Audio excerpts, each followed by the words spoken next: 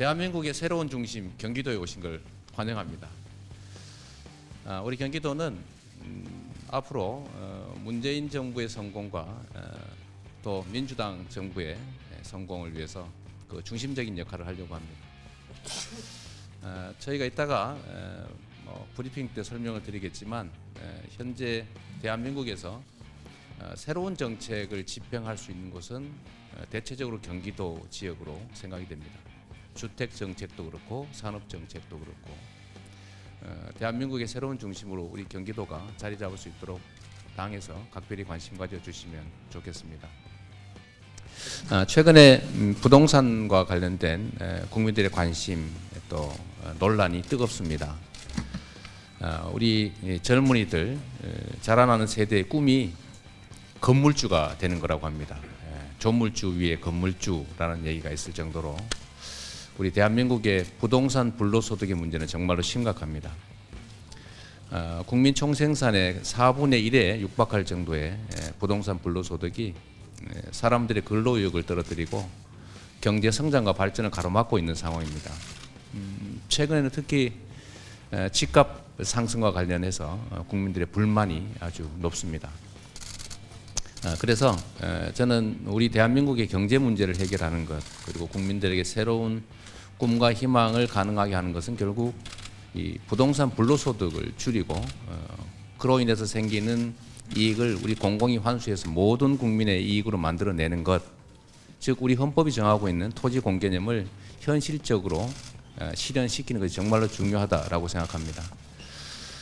이따 말씀드리겠지만 국토보유세와 기본소득을 결합한 부동산 정책 그리고 부동산의 특히 아파트 분양에서 나오는 불로소득을 공공이 환수하게 하는 제도 이런 것들을 통해서 주택이 투기의 수단이 아니라 주거의 수단이라는 점을 명확하게 해가는 것이 지금 나타나고 있는 모든 부동산 문제 또 경제 문제의 중요한 문제들을 해소할 수 있는 하나의 길이다라고 생각합니다. 이런 문제들에 대해서 우리 경기도가 매우 중요한 영역을 차지하고 있기 때문에 당 지도부에 특히 우리 대표님의 각별한 관심을 바랍니다. 경기도에 오신 걸 진심으로 환영하고 감사드립니다. 고맙습니다. 경기도가 16년 만에 거대 여당이 되었습니다. 마냥 행복하지는 않는 것 같습니다. 고민도 많이 되고 걱정도 많이 되고 있습니다. 거대 여당을 국민과 도민들이 지켜보고 있습니다. 저는 국민이 평가를 할 것이라고 예측을 합니다. 그런 부분에 있어서 이재명 지사와 함께 경기도 의회는 협치를 뛰어넘어 공존의 시대로 함께 갈 것입니다. 하지만 때로는 갈등도 있을 거라고 저는 예측을 합니다. 그럴 때 이해찬 당대표님과 당 지도부에서 교량적 역할을 해주시기를 진심으로 부탁을 드립니다. 경기도 발전은 대한민국의 발전이기 때문에 지사와 의회는 함께 경기도 발전에 대한민국 발전에 함께 하겠습니다. 이번 지방선거를 통해서 경기도 1,300만 도민들은 그 모든 권한을 민주당에 맡긴 거나 마찬가지입니다. 민주당이 모든 걸 다 책임져야 된다고 이제 볼 수 있는데 지금 아까 의장님 말씀하신 것처럼 중요하고도 대단히 무거운 그런 마음으로 또 임해야 되겠다는 그런 생각이 좀 듭니다. 실제로 모든 정책이 경기도에는 다 있습니다. 그 6회 공수까지 다 있기 때문에 종합행정이 이제 되는 곳인데 제일 그래도 경기도에서 우리가 신경을 많이 써야 될 것이 주택 정책하고 교통 정책을 제일 많이 신경을 써야 됩니다. 특히 서울하고 인천하고 경기도는 거의 교통은 하나의 교통권이라고 봐야 되기 때문에 광역교통망 체계를 잘 만드는데 신경을 많이 써야 될 거라고 봅니다. 실제 저도 서울시에 있으면서 이 세 군데 광역교통망 논의를 여러 번 했는데 참 그 이해관계도 있고 그래서 좀 복잡하긴 합니다만 그래도 수도권을 하나로 교통망으로 이렇게 연결하는 그런 대책이 굉장히 중요하다고 다시 한번 말씀을 드립니다. 그러고 나서 이제 중요한 것이 주택 정책인데 특히 요즘처럼 이 집값이 그 요동을 칠 적에는 주택 정책을 어떻게 쓰느냐가 매우 중요합니다. 특히 경기도는 젊은 사람들이 많이 들어오는 지역이기 때문에 젊은 사람들을 위한 주택 정책에 각별하게 또 관심을 가지고 대응을 잘 해야 된다고 생각을 합니다. 아까 이재명 지사께서 말씀하신 것처럼 우리가 토지 공개념을 도입한 게 90년대 초반입니다. 개념으로는 그 공개념을 도입을 해놓고 실제로 한 거진 20년 가까이 그 공개념의 실체를 만들지 않고서 이렇게 오다 보니까 토지는 제한된 공급제인데 유동성은 매우 커졌고 토지는 공급이 안 되기 때문에 그 집값이 폭등할 수밖에 없는 그런 구조를 만들어 놨는데 이것을 극복할 수 있는 종합적인 대책을 중앙정부도 지금 모색을 하고 있는데 경기도에서도 좀 선도적으로 잘 모색을 해주시기를 바랍니다. 한 가지 더 말씀드린다면 이제 다음 주에는 대통령께서 평양에 가서 3차 정상회담을 하시는데 그 이제 3차 정상회담 이후에 남북 경제 교류 협력이 이제 시작이 될 거라고 생각이 됩니다. 물론 비핵화 해결 어느 정도 해결되어야 이제 가능하겠지만 특히 경기도는 그 접경 지역을 많이 가지고 있는 지방자치단체이기 때문에 남북 경협에 굉장히 중요한 역할을 지방정부 차원에서 할 수 있는 또 해야 되는 매우 중요한 기관입니다. 그 점에 대해서 그래서 아마 평화부지사라는 직책도 그래서 만든 것 같은데 그 직책에 맞게끔 경기도가 남북 경협에 앞장서 나설 것을 이렇게 다시 한번 말씀을 드립니다. 딱 하나 제가 말씀드리고 싶은 것은 이재명 지사님께서 저는 경기도에서 소득주도 성장의 성공 모델을 확실하게 딱 보여주셨으면 좋겠다는 그런 희망을 갖고 있고요.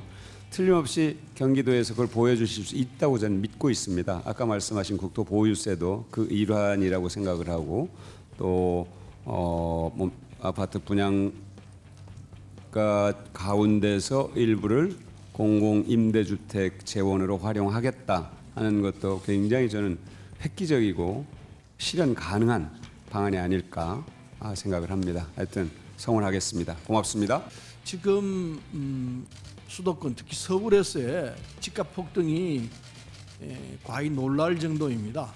이걸 어떻게 정리해서 진정시킬 것인가, 이게 우리 정부가 해야 될 중요한 일 중에 하나로 지금 등장해 와 있습니다.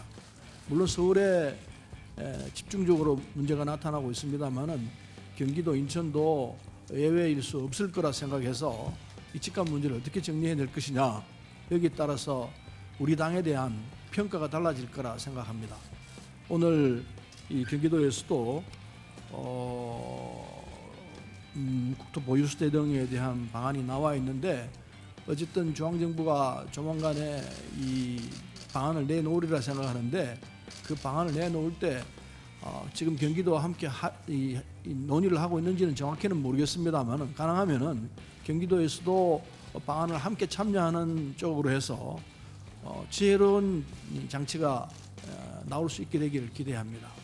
메르스와 같은 질병, 감염병 문제뿐만 아니라 이런 집값 폭등 문제도 역시 중앙정부가 좀 더 신중하고 준비 기간이 길고 움직이는데 좀 시간이 걸리는 데 비해서 우리 지방자치단체가 훨씬 더 현장에서 발빠르게 대응할 수 있는 그런 여건을 가지고 있다.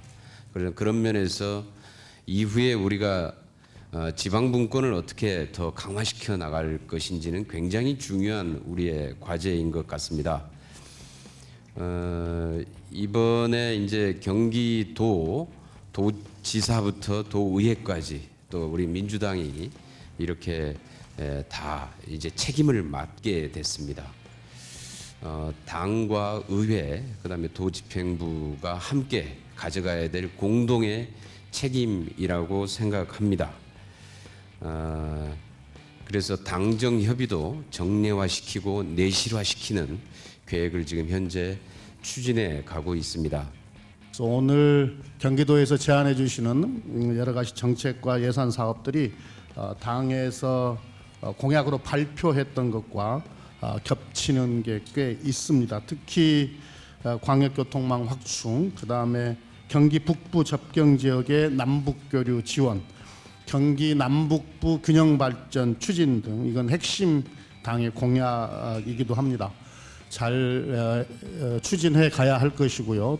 뿐만 아니라 오늘 제안해 주신 여러 가지 사업들 중에 뭐 공약은 아니었으나 공약은 당연히 지켜야 되는 거고요. 공약은 아니었으나 충분히 반영할 내용들은 충분히 검토해서 최대한 반영하도록 그렇게 하겠습니다. 그리고 아까 아직 지사님께서 초과 분양수익 공공환수로 장기 공공 임대주택 공급과 국토 보유세를 통한 기본소득 도입 정책을 제안해 주셨는데요. 이건 당 정책위에서도 충분히 한번 검토해서 경기도와 함께 논의를 해 보도록 하겠습니다. 지금 전국적으로 쭉 저희들이 당에서 그 지방 각 광역자치단체들을 순회를 하면서 같이 협의를 하고 있습니다만 그 역시 경기도는 전국 최대 광역자치단체입니다. 또 그리고 또 실제 여기 많은 의원님들, 지역위원장님 계십니다만 또 우리 당의 가장 든든한 기반이자 자산이라고 저는 생각을 합니다. 그런 데서 그 경기도의 위상에 걸맞는 그런 예산과 정책 지원이 당 차원에서 좀 필요하다고 생각을 합니다. 그 이번 예산안이 전년 대비 9.7% 그리고 42조 원 가량이 늘어난 그 사상 최대의 그 정부 재정의 확장 예산입니다. 그만큼 지금 그 이번 내년도 예산에 있어서는 정부의 역할과 또 각 광역지자체들의 역할이 대단히 중요하다고 생각을 합니다.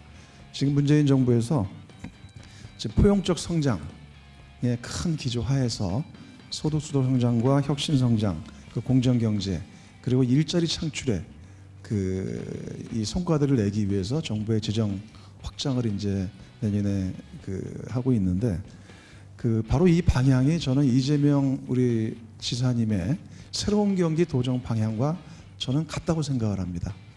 이제 그런 데서 우리 경기도가 그 성과를 경기도에서 이제 만들 수 있다, 그 만들어 주셔야 된다라고 생각을 합니다. 그리고 특히나 그 오늘 일단 이제 그 이 설명에도 있습니다만 지금 이제 한반도 평화 시대를 맞아서 우리 경기도가 남북 화해 협력의 관문이라는 중요한 이제 위상을 지금 갖게 됐습니다. 그런 점에서 문재인 정부의 성공과 그리고 한반도 평화 구축의 기반을 이루는 데서도 저는 경기도가 많은 역할을 앞으로 해주셔야 하고 또 할 것이라고 기대를 하고 있습니다. 대표님께서 말씀하신 것처럼 토지 공개념이라고 하는 게 헌법에 도입한 지가 지금 수십 년이 지났는데도 실제로 공개념이 현장에서 작동하지 않습니다. 공개념이 아니라 오히려 우리 대한민국 국민들의 공통의 자산, 유일한 자산인 국토가 사실상 특정 소수의 투기 수단으로 전락했습니다. 거기서 생겨나는 불로소득이 많은 사람들을 절망하게 하고 또 고통에 빠뜨리고 있고 어쩌면 경제의 지속적 성장을 가로막는 장애 요인이 되어가고 있습니다. 이 문제를 해결하기 위해서 각 영역에서 많은 노력들을 실제로 하고 있습니다만 저는 좀 새로운 대안들을 좀 만들어 봤으면 싶습니다. 국민들한테는 이런 게 있습니다. 세제를 통해서 어떤 정책을 집행하면 이 세금에 대해서 일종의 저항감을 갖는데 그 이유는 이 세금을 걷어서 딴 데 쓴다. 이 세금을 나를 위해서 쓰여지지 않는다라는 불신이 있기 때문이라고 생각됩니다. 그런데 만약에 우리가 세금을 내는데 이게 전적으로 나에게 돌아온다. 또는 내가 낸 것보다 더 많은 걸 돌려받을 수 있다라고 확신하면 사실 증세나 새로운 세금에 대해서 저항할 이유가 없습니다. 그리고 우리나라의 지금 자산 불평등, 소득 불평등에 의한 자산 불평등, 그 중에서도 부동산 자산의 불평등 문제는 정말로 심각한 문제입니다. 자산 불평등을 조금이라도 좀 완화해야 되고 자산, 토지 자산으로부터 생겨나는 불로소득을 좀 경제 선순환에 실제로 쓰여지게 하는 방법이 뭘까라는 측면에서 조금 이제 진보적인 정책이라고 할 수 있겠습니다만 모든 토지에 대해서 공개념을 적용해가지고 일정에게 보유의 부담금, 보유세를 부과하고 그걸 일반 회계로 전환해서 쓰지 말고 그걸 전액 100% 확실하게 국민 모두에게 공평하게 배분한다라고 하면 소위 4차 산업혁명 시대에 뭐 피할 수 없는 정책 대안이라고 하는 기본소득이라고 하는 것들을 초보적이나마 좀 실행하고 또 그걸 통해서 국민의 가처분 소득을 늘려서 경제의 선순환, 경제의 지속적 성장을 또 가능하게 하고 또 새로운 조세에 대한 국민의 조세 저항도 상당히 줄일 수 있다라고 생각됩니다. 그런데 이게 이제 전국 단위로 일괄적으로 시행하게 될 경우에 많은 부담이 있을 수가 있기 때문에 저희는 입법으로 이걸 각 시도가 선택적으로 실현 가능하고 실현 의지가 있는 시도가 선택적으로 시행할 수 있도록 시도 조례에 좀 위임을 해주면 좋겠다는 생각이 듭니다. 현재도 조세 법률주의에 따르면 조세의 세목과 세율을 정하고 조례로 위임할 수가 있습니다. 그래서 국토보유세를 지방세 기본법에 입법을 하되 뭐 최대 세율을 제한하고 세목만 정해주고 필요로 하는 광역 시도들이 자율적으로 정하게 하면 경기도 같은 경우는 경기도가 가지고 있는 모든 토지에 대해서 일정에게 토지 보유세를 부과하고 그 전액을 우리 경기도민 전원에게 공평하게 배분하는 그런 정책을 한번 시행해 보려고 합니다. 이거는 뭐 새로운 지속적 경제 성장이 가능하게 하는 정책이기도 하고 자산 불평등도 완화하고 국민에게 희망도 주고 새로운 복지 정책이기도 하기 때문에 각별히 관심 가져주십사 하고 그리고 정책위 의장께서도 아까 정책위 안으로 한번 검토해 보시겠다고 하니까 적극적이고도 긍정적인 검토를 부탁드립니다. 두 번째로는 최근에 이제 분양가와 관련된 논쟁이 아주 심합니다. 분양가 논쟁의 핵심은 그런 거죠. 실제로 공급에 필요한 가격하고 시중의 거래 가격이 일치하지 않는다라는 데서 생겨난 문제입니다. 이건 뭐냐면 결국 투기죠. 예를 들면 경기도 지역의 평당 분양가, 그러니까 토지 공급 가격 더하기 필요한 건축비 더하기 일정한 이익. 근데 이거보다는 시중의 아파트 거래 가격이 워낙 높다 보니까 이제 이 원가를 부풀려 가지고 이 분양가를 책정해서 부당한 이익을 취한다라는 게 문제가 됩니다. 문제는 그러고도 시중 시세와 차익이 워낙 크기 때문에 분양받는 사람이 또 투기 이익을 누리게 됩니다. 분양가를 낮춘다고 하면 건설사의 부당이익은 줄일 수 있어도 분양자의 투기 이익이 늘어나기 때문에 옳지 않고 또 투기 이익을 줄이기 위해서 분양가를 높이면 건설사가 이익을 취득하는 어느 쪽도 허용하기 어려운 문제가 있는데 이걸 합리적으로 해결하는 길이 실제로 현재 제도화에서도 있고 좀 더 민간 영역까지 확대해서 제도화시킬 수도 있을 겁니다. 분양 초과 이익을 최소한 그린벨트를 훼손한다든지 하는 그래서 생겨나는 공공택지에 대해서만은 공공으로 환수하자. 그래서 그 환수된 이익도 역시 일반 세입으로 잡아서 쓰면 불신이 높아질 수 있기 때문에 그것은 일종의 특별회계 기금을 만들어서 장기 공공 임대주택을 짓는 것으로 제도화해 놓으면 모두가 행복한 부동산 정책이 되지 않겠나 생각됩니다. 부동산이 투기의 수단이 아니라 그야말로 주거의 수단이 될 수 있도록 필요한 사람이 사용할 수 있도록 하는 것이 핵심이라고 생각돼서 이런 부분에 대해서 우리 경기도 지방 정부의 좀 재량 권한을 좀 넓혀 주시면 특히 최근에 30만 호 공급한다고 하는데 뭐 실제로 그 정책 결정 과정에서 시도는 거의 배제되고 있는 상태입니다. 물론 저희도 의견을 적극 냅니다만 그렇게 되지 않도록 당에서 관심 가져주시고 특히 장기 공공 임대주택의 비율을 35%로 고정을 해놨는데 35%를 최저선으로 하고 해당 지방 정부와 협의해서 그 이상으로 정할 수 있도록 좀 여지를 준다든지 시도에 대해서 권한을 좀 부여해 주시면 좀 최소한 경기도에서만큼은 이 아파트 분양 투기 이런 것들을 조금은 좀 완화할 수 있지 않겠나 생각이 듭니다. 이 부분에 대해서 각별한 관심을 좀 부탁드립니다. 그 외에 아까 말씀하셨던 뭐 그 통일경제 특구 문제라든지 북동부의 균형 발전 문제라든지 이번 국회에서의 예산 배정 과정에서 경기도에 대한 국도비 유치 문제, 또 경기도가 가지고 있는 각종 교통 문제나 인프라 건설에 대한 정부의 협조 이런 것들은 이렇게 책자로 만들어 놓은 이 자료로 저희가 대체하도록 하겠습니다. 아까 말씀드렸던 것처럼 앞으로 성장 정책도 주거 정책도 산업 정책도 결국은 경기도 중심으로 갈 수밖에 없는 게 현실이기 때문에 이 경기도에서 이번 문재인 정부 민주당 정권이 하고자 하는 소득주도 성장, 포용적 성장, 공정한 사회 그런 것들을 우리가 모범적으로 선도적으로 시행해 나가도록 하겠습니다. 그렇게 할 수 있도록 당 지도부께서 또 우리 여러 의원님들께서 각별히 관심 가져주시길 부탁드리겠습니다.